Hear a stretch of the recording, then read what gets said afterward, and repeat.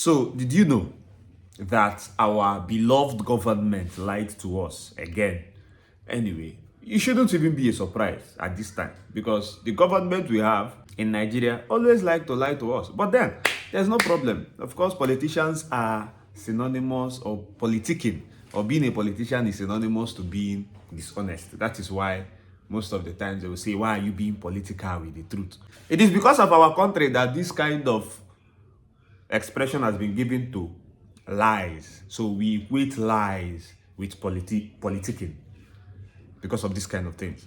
Did you know that those children that were released, those children that were kidnapped by bandits and were released just recently, that they spent about 56 days, that our government told us in all sincerity, which we later found out to be falsehood, that the security agencies were the ones that rescued the children and the teachers.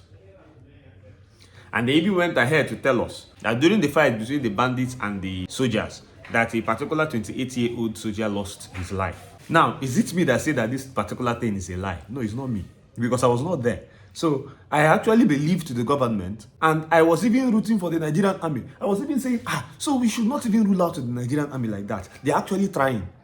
I was rooting for them. I believed in the government until one of the teachers came out in the media. Of course, he was called on the phone in one Nigerian radio station like that, I think Info FM. And that was when he now revealed the circumstances surrounding their release. In fact, let me read directly what he said, what he stated. First of all, he said, it is difficult to say on air, but I will just say what I can. When we were there, we were blind. Not an ordinary blindfold. Okay, we were blindfolded, not an ordinary blindfold. We didn't even know we were in Nigeria or another country. We were just there. We were saying maybe the government had even forgotten us, he said.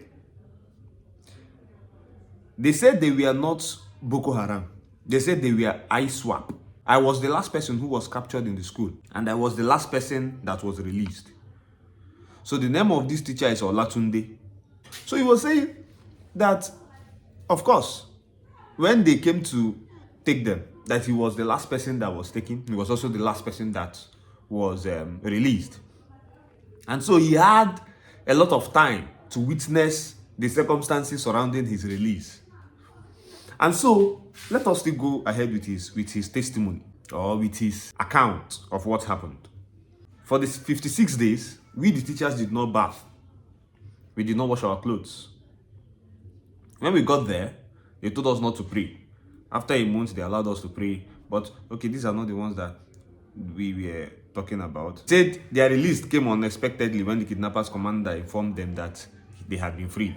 So their commander came in smiling and laughing and said we should thank our God that we had been freed.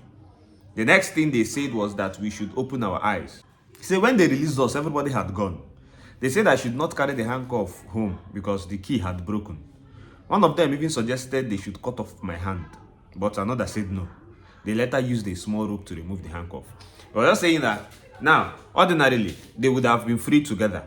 But because his handcuff, the handcuff they gave him, they used to tie his hand, to handcuff his hand, had a little bit of some problem because the key was lost and all that. That was why he was released last. And so others were already on their way when they were still looking for how to release his hand from the handcuff that they used to handcuff him. He said, okay, we trekked for about 40 minutes to 1 hour before they provided motorcycles that took us close to the nearest village. They later stopped and told us they could not go further. So we trekked for another 1.5 hours. So there was precise timings. This is a teacher. He is an educated person, so you cannot say that he's just messianic. They first trekked for some hour, 1 hour, 40 minutes to 1 hour.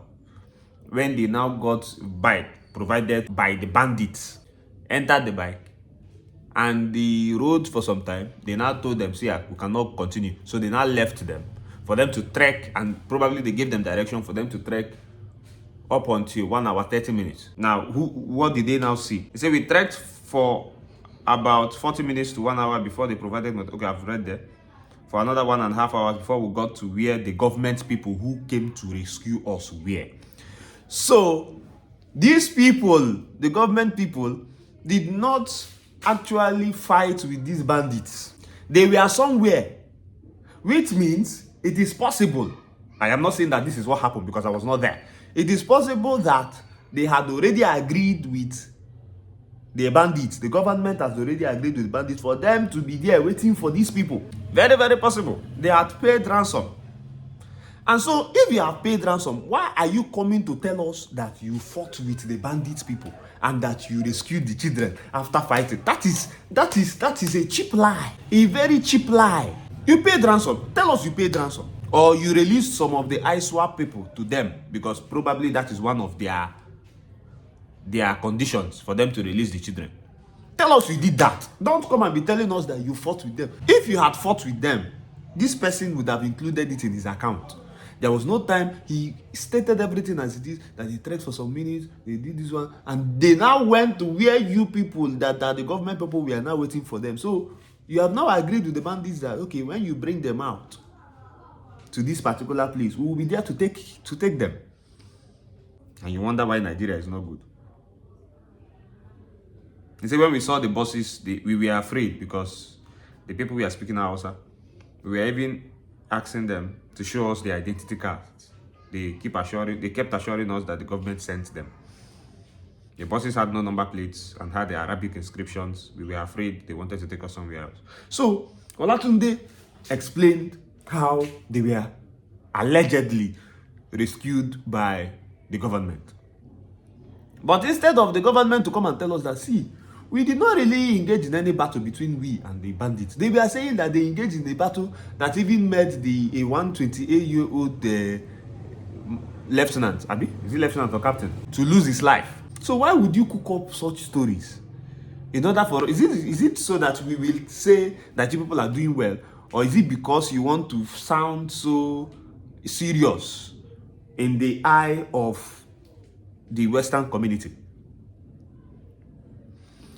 So that is it.